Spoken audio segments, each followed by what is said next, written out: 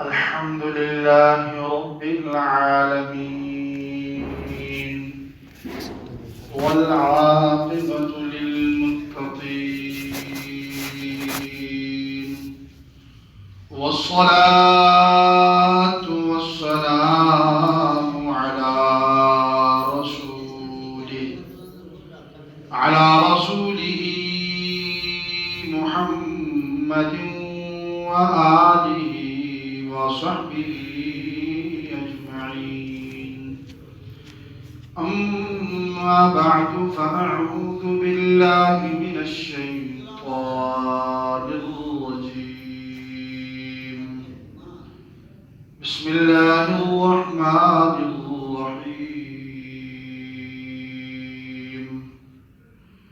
يا أيها الذين آمنوا أطيعوا الله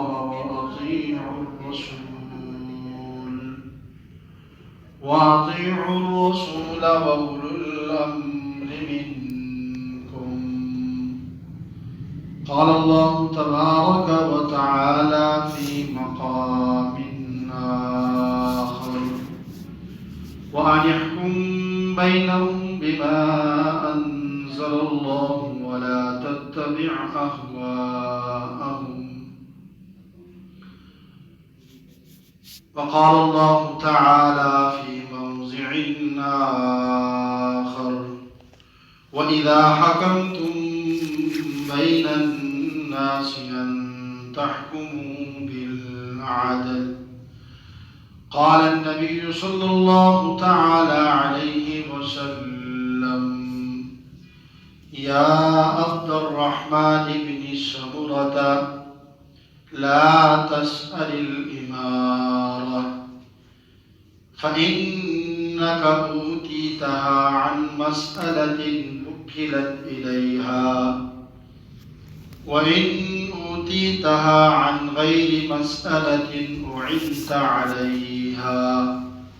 رواه البخاري وكما قال صلى الله تعالى عليه وسلم.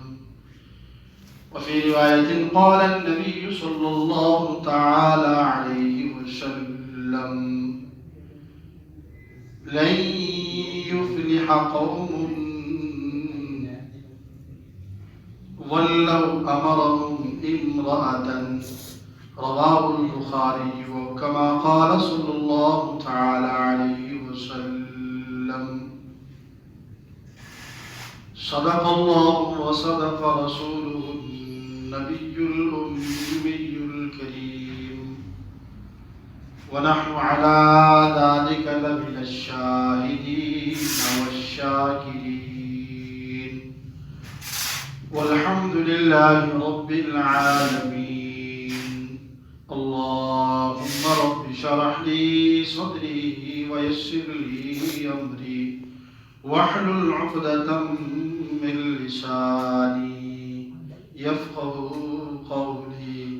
رب زدني علما. سبحانك لا علم لنا إلا ما علمتنا إنك أنت العليم الحكيم. محبت سے تمام حضرات دروشی پڑھیں. اللهم صل على محمد وعلى آل محمد كما صليت على إبراهيم وعلى آل إبراهيم إنك حميد مجيد.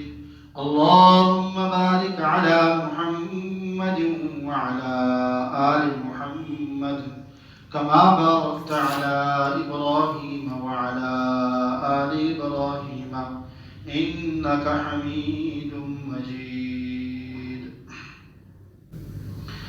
میرے واجب الاحترام بزرگوں، دوستوں اور میرے نوجوان ساتھیوں،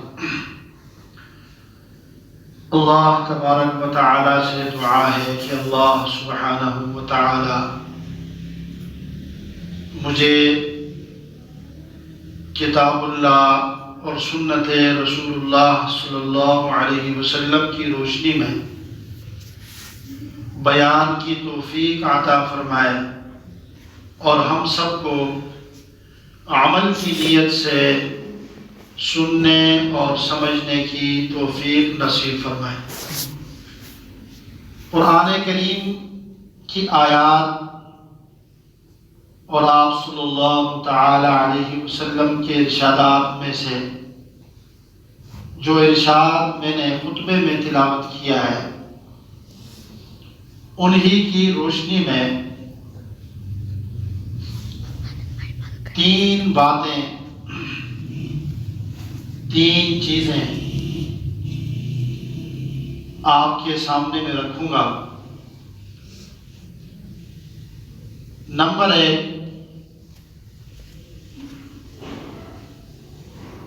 قرآن و حدیث کی روشنی میں شریعت محمدی صلی اللہ تعالی علیہ وسلم کے مطابق امارت اور اقتدار کے آداب کیا ہے۔ نمبر 2، قرآن و حدیث اور شریعت محمدی صلی اللہ علیہ وسلم کی روشنی میں امارت اور اقتدار ملنے کے بعد امیر المومنین خلیفۃ المسلمین کے کیا ذمہ داریاں بنتی ہیں اپنے عوام اور رعایا کے بارے میں۔ نمبر 3، قرآن و حدیث اور شریعت محمدی صلی اللہ علیہ وسلم کے دائرے میں روشنی میں عوام اور رعایا کے لیے امیر المومنین خلیفۃ المسلمین کے کیا آداب اور کیا حقوق ان کے ذمے عائد ہوتے ہیں۔ آج کی نشست میں انشاءاللہ ان تین گوشوں پہ گفتگو کی میں کوشش کروں گا۔ سب سے پہلے ہم آتے ہیں امارت اور اقتدار کی طرف۔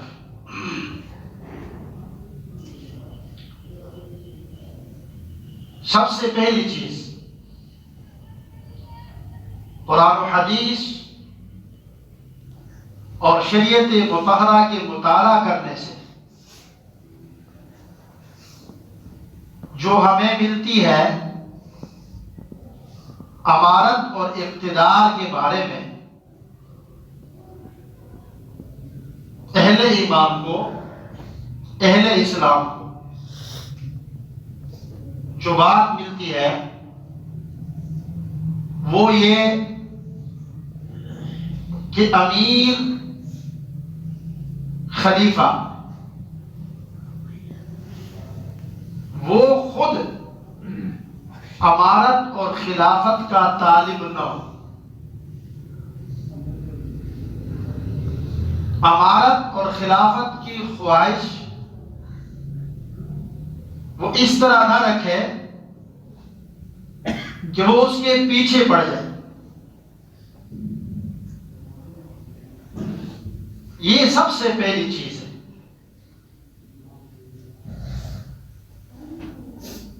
کہ امارت اس کو سونپ دیا جائے، اقتدار پہ اس کو باقاعدہ رعایا کی طرف سے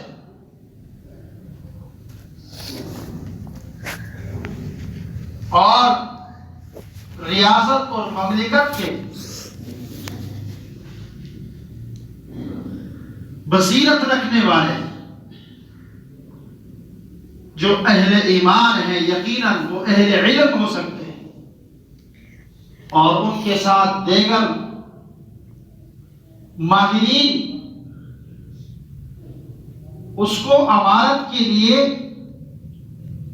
منتخب کریں، یا اگر شورا ہے تو ریاست کی شورا اس کو امارت کے لیے اہل سمجھے اور اس سے مطالبہ کیا جائے کہ یہ آپ امیر بنے، آپ خلیفہ بنے۔ یہ ہے اصل۔ بخاری شریف کی روایت ہے، نبی اکرم صلی اللہ تعالی علیہ وسلم نے فرمایا، جو میں نے خطبے میں تلاوت کی، اپنے صحابی عبد الرحمن بن سمرہ رضی اللہ تعالی عنہ سے مخاطب ہے، فرماتے ہیں کہ یا عبد الرحمن بن سمرہ، اے عبد الرحمن بن سمرہ، لا تسأل الامارہ، اقتدار، امارت اور خلیفت کو مت طلب کرو، مت مانگو، فإنك إن أوتيتها عن مسألة وكلت إليها، اگر بالفرض آپ کے طلب کرنے سے، آپ کے مانگنے سے اگر یہ امارت، خلافت اور اقتدار آپ کو دیا بھی جاتا ہے تو اللہ سبحانہ و تعالی کی طرف سے یہ فیصلہ ہوگا کہ اللہ رب العالمین آپ کو اپنے نفس اور اپنے آپ کے حوالے کر دیں گے۔ وکلت الیہا، آپ اور آپ کی امارت کو آپ کے حوالے کر دیا جائے گا، اللہ رب العالمین کی مدد اٹھ جائے گی، اللہ تبارک و تعالی کی نظر اٹھ جائے گی۔ وَإِنْ أُوتِيتَهَا عَنْ غَيْرِ مَسْأَلَةٍ، اگر یہی امارت، یہی خلافت اور اقتدار آپ کے مانگے اور طلب کیے بغیر رعایا اور عوام الناس اور دانشور اور اہل علم، اس ریاست کے جو سمجھدار لوگ ہیں، وہ اگر فیصلہ کر کے آپ کو چنتے ہیں، آپ کو اہل سمجھتے ہیں، آپ سے مطالبہ کرتے ہیں، آپ کے مانگے بغیر آپ کو وہ منصب پہ فائز کرنا چاہتے ہیں، تو فرمایا کہ اعنت علیہا، اللہ رب العالمین کی طرف سے آپ کی مدد کی جائے گی، اللہ کی مدد آپ کی شامل حال ہوگی۔ رواہ البخاری و کما قال صلی اللہ علیہ وسلم، یہ روایت بالکل صحیح اور مرفوع روایت ہے۔ امام بخاری رحمہ اللہ تعالی نے اس روایت کو نقل کیا تو معلوم ہوا کہ اہل اسلام کے نزدیک قرآن و حدیث اور شریعت مطالعہ کے مطابق امارت اور اقتدار اور خلافت طلب نہیں کی جاتی، مانگی نہیں جاتی ہے، بلکہ وہ دے دی جاتی ہے، سونپ دی جاتی ہے۔ تو جو ہمارے یہاں رواج چل پڑا ہے، یہ رواج قرآن و حدیث اور شریعت مطالعہ سے متصادم ہے۔ تو یہ پہلی چیز۔ نمبر 2، امارت، اقتدار اور خلافت کے لیے جو لازمی چیز ہے وہ یہ ہے کہ رسول اللہ صلی اللہ علیہ وسلم کی بعثت سے لے کر آج تک نہیں بلکہ قیامت تک کے لیے آپ علیہ السلام کا یہ حکم موجود ہے، آپ علیہ السلام کی یہ فرمان موجود ہے، یہ روایت موجود ہے، روز روشن کی طرح واضح ہے۔ یہ روایت امام بخاری رحمۃ اللہ کی کتاب صحیح البخاری میں باقاعدہ یہ روایت موجود ہے۔ آپ علیہ السلام نے فرمایا کہ اہل ایمان کا امیر، اہل ایمان کا خلیفہ مرد ہوگا، میں نے نہیں، آپ نے نہیں، بلکہ میں اور آپ کے محبوب خاتم النبیین صلی اللہ علیہ وسلم نے رحمت للعالمین صلی اللہ علیہ وسلم نے فرمایا کہ لن یفلح قوم ولو امرهم امرأ، وہ قوم کبھی بھی فلاح نہیں پا سکتی، ہرگز کامیاب نہیں ہو سکتی ہے کہ جو قوم اپنا امیر اور خلیفہ عورت کو بنا دے۔ صاف الفاظ، واضح روایت ہے، یہ قوم ذلیل ہوتی رہے گی۔ معلوم ہوا کہ بحیثیت مسلمان، بحیثیت مومن، امارت، اقتدار اور خلافت کے لیے مرد کا استحقاق ہے، عورت کا استحقاق نہیں ہے۔ یہ استحقاق شریعت نے دیا ہے، میں اور آپ کی طرف سے اس میں کوئی عمل دخل نہیں ہے، ہم تو شریعت کو بیان کرنے والے۔ دنیا کچھ کہہ سکتی ہے، زمین و آسمان بدل سکتے ہیں، لیکن رسول اللہ صلی اللہ علیہ وسلم کا یہ جو فرمان ہے، اس کی صداقت میں کوئی شک و شبہ کی بات نہیں۔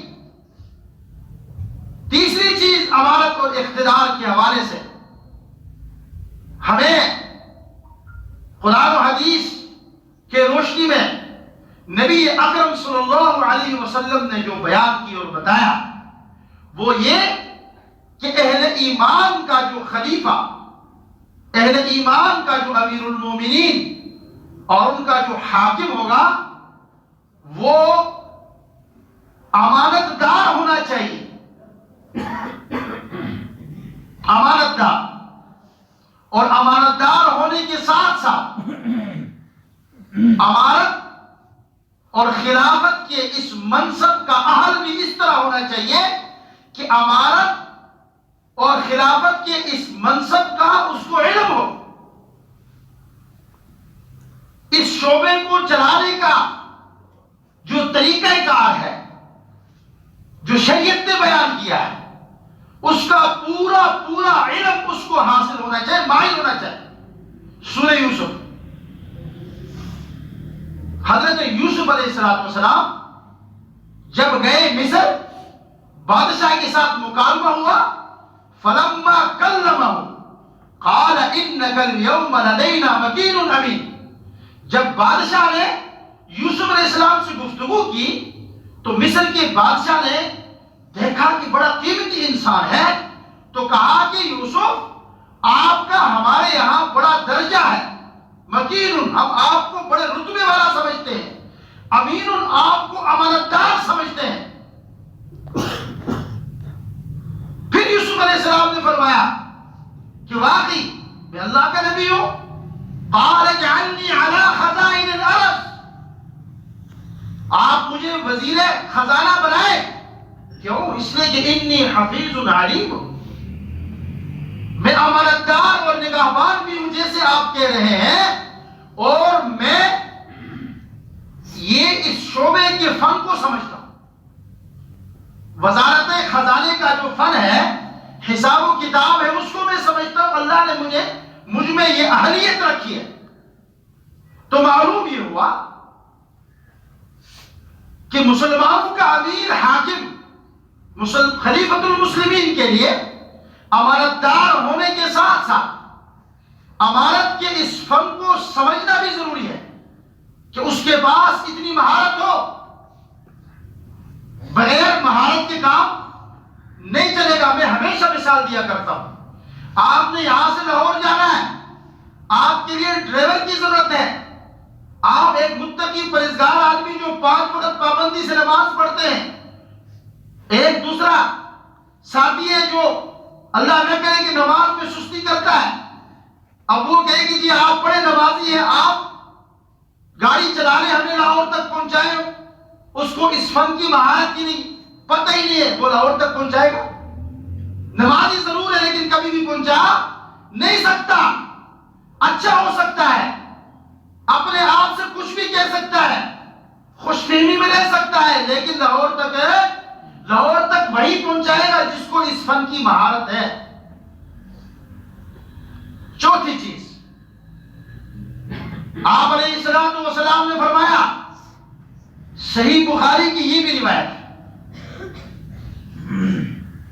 کہ کسی قوم کے حاکم اور ذمہ دار جس کو بنایا جاتا ہے تو اس حاکم اور ذمہ دار کے لیے ضروری ہے کہ وہ اپنی رعایا اور اپنی عوام سے دھوکہ نہ کرے، فریب نہ کرے، ان سے جھوٹ نہ بولے۔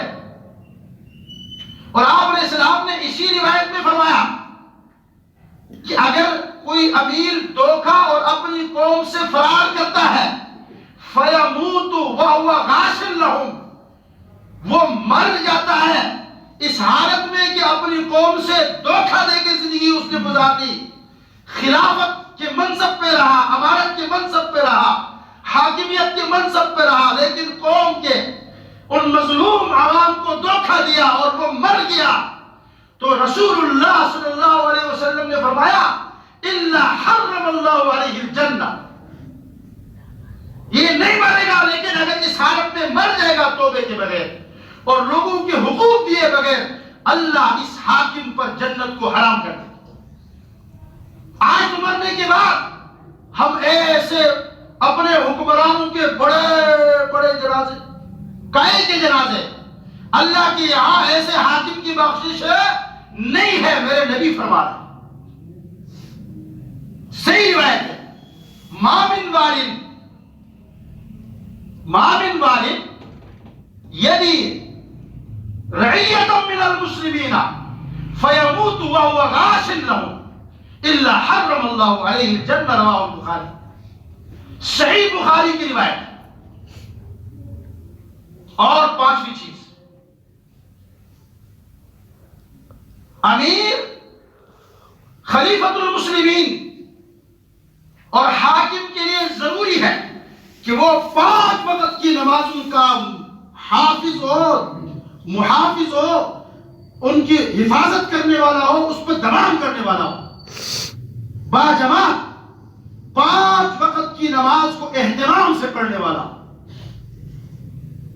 موطا امام مالک میں روایت ہے، امام مالک رحمت اللہ علیہ کی یہ صحیح کتاب ہے جو انہوں نے لکھی، اور صحاح ستہ میں یہ کتاب شامل، مرفوع روایات، حضرت عمر بن الخطاب رضی اللہ تعالی عنہ کے زمانے خلافت کے حوالے سے یہ روایت موجود ہے، جس کا مفہوم یہ بنتا ہے کہ امیر المومنین عمر بن الخطاب رضی اللہ تعالی عنہ نے ایک فرمان لکھا، کن کے نام؟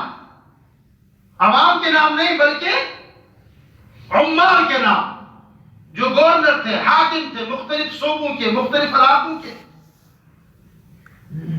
ذمہ دار تھے، امیر تھے، ان کے نام لکھا، اور اس کا مفہوم یہ بنتا ہے کہ تم پر نماز کی حفاظت لازم ہے 5 نمازوں کی، تم میں سے جو 5 نمازوں کی حفاظت کرے گا تو پھر وہ دیگر تمام جتنے بھی امور ہیں ان سب کی حفاظت بھی کرے گا، چاہے اس کا تعلق حقوق اللہ سے ہو، حقوق العباد سے ہو، جس پہلو سے ہو، لیکن تم میں سے جس نے 5 وقت کی نمازوں کو ضائع کر دیا تو وہ دین کے دیگر جتنے شعبے اور جتنے بھی کام ہیں، ان کی ذمہ داریاں ہیں، ان تمام کو بھی وہ کیا کرے گا؟ ضائع کرے گا۔ تو عزیز دوستو، یہ 5 چیزیں امارت اور اقتدار کے لیے لازمی ہے۔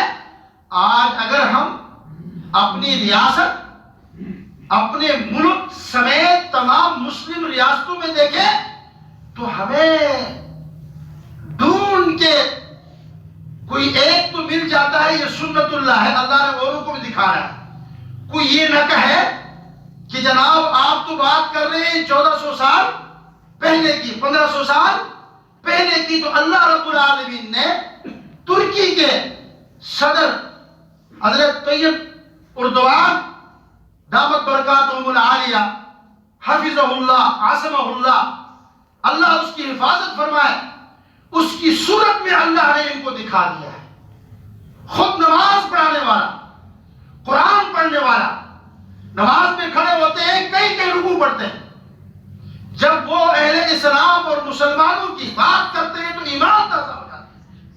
یہ ساری صفات اس میں موجود ہیں۔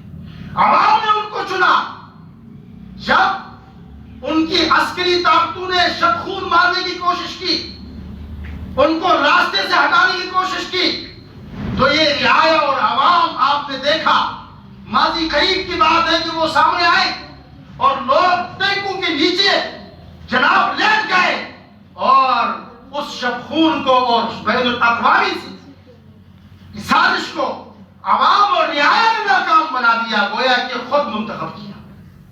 اور آج دیکھیں وہ شیر پوری دنیا میں داڑتا ہے، پتہ چلتا ہے کہ وہ اپنے رعایا کے ساتھ کس طرح چلتا ہے۔ اللہ تبارک و تعالی ہمیں بھی شریعت مطہرہ اور قرآن و حدیث کے مطابق رعایا منتخب کرنے کی توفیق عطا فرمائے، اور اللہ تعالی حاکم منتخب کرنے کی توفیق عطا فرمائے، امیر منتخب کرنے کی توفیق عطا فرمائے، اور ہمارے یہ ریاست کے بہت سارے جو بیچارے انتہائی مظلوم بن کے 70 سال تک مظلوموں کے خون پسینے کو چوسنے والی شکلیں میک اپ کر کے جو ابھی اس وقت جگہ جگہ ہم دیکھتے ہیں، اللہ کی قسم ذرہ برابر ان پہ ترس نہیں آتا ہے۔ یہ وہ لوگ ہیں کہ جنہوں نے ہمیں کچھ نہیں دیا، کچھ بھی نہیں دیا۔ ان کے زمانے میں کیا دودھ کی نہریں تھی؟ مہنگائی کے رٹا لگایا ہوا ہے۔ ہم یہ کہتے ہیں ہمیں اب دھوکہ مت دو، آؤ کتاب اللہ اور سنت رسول کی طرف۔